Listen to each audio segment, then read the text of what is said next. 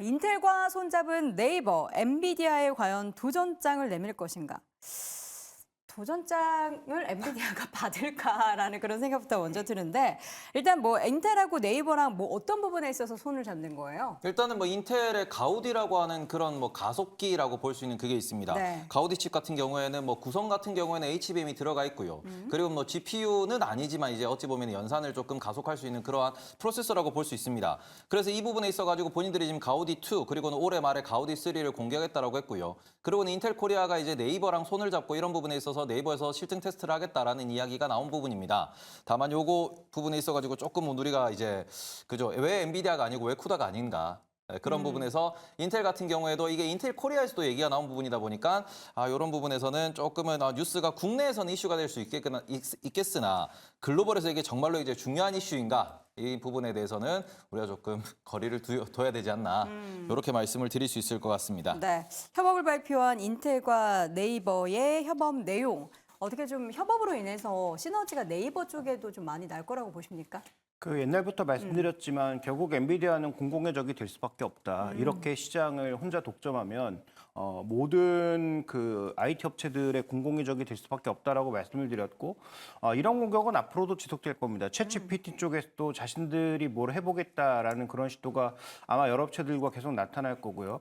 근데 이번에 그 이 협업을 잘 살펴보시면 드러나는 특징은 엔비디아의 가속기가 성공한 이유가 뭡니까? 우리가 어떤 정보를 인식할 때 우리의 뇌가 인식하는 방법 자체가 굉장히 복잡한 연산을 통해서 하는 것이 아니고 네. 다양한 정보를 동시다발적으로 한 번에 인식을 해서 이 조직화된 그림은 뭐다라는 게 이미 머릿속에 각인되어 있는 거죠.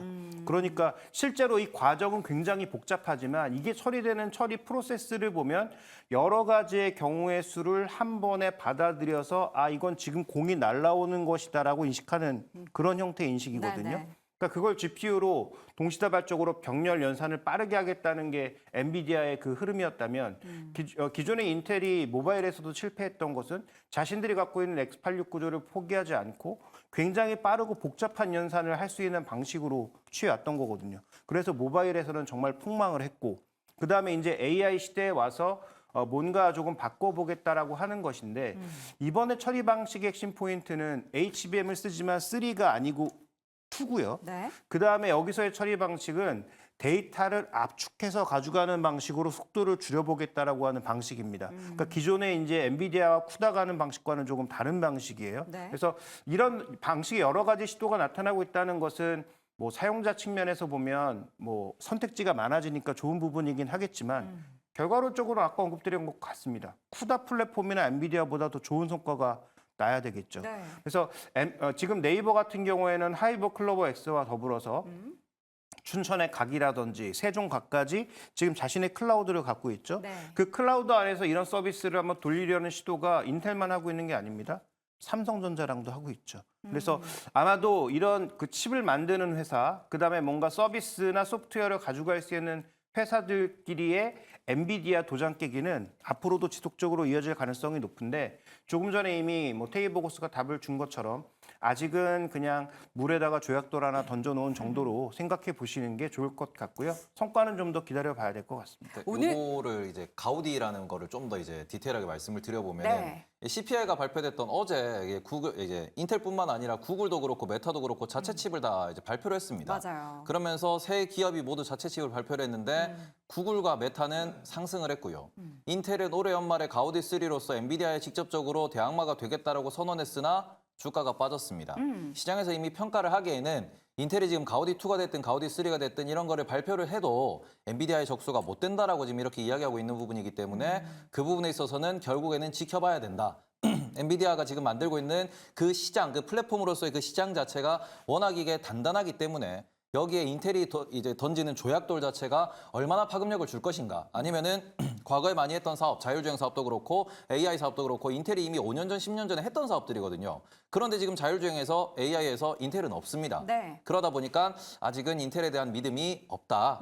그렇게 좀 보시는 게 맞지 않나라고 말씀드리고 싶습니다. 이게 정말 큰 호수의 조약돌 정도로 느껴질지 아니면 이제 나비의 날개 시술에서 뭔가 이 산업 내에서 큰 나비 효과를 불러일으킬지는 우리가 지켜볼 수밖에 없는 그러니까 시간이 어느 정도 필요한 상황이고요. 근데 오늘 일단 네이버의 주가는 이런 소식이 들리는 가운데 주가가 2% 오르는데 기대감 때문일까요?